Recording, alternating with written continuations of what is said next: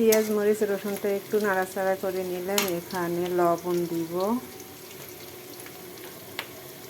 হলুদ দিব।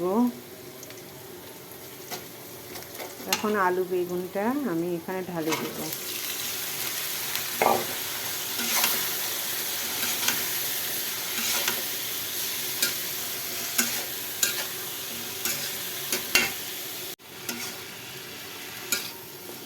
আলু বেগুনটা একটু নাড়াচাড়া করে দিলাম।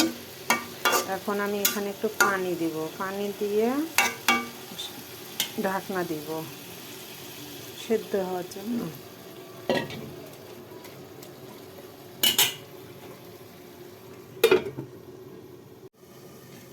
দেখি বেগুন আলুর অবস্থা।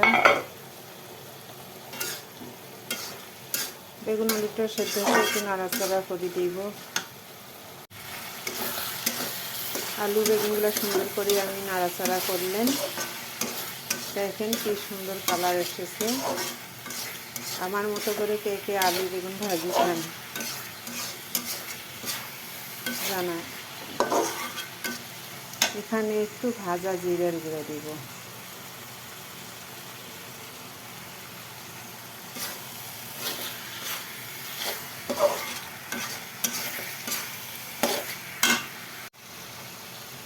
আমার ভাজিটা হয়ে গেছে।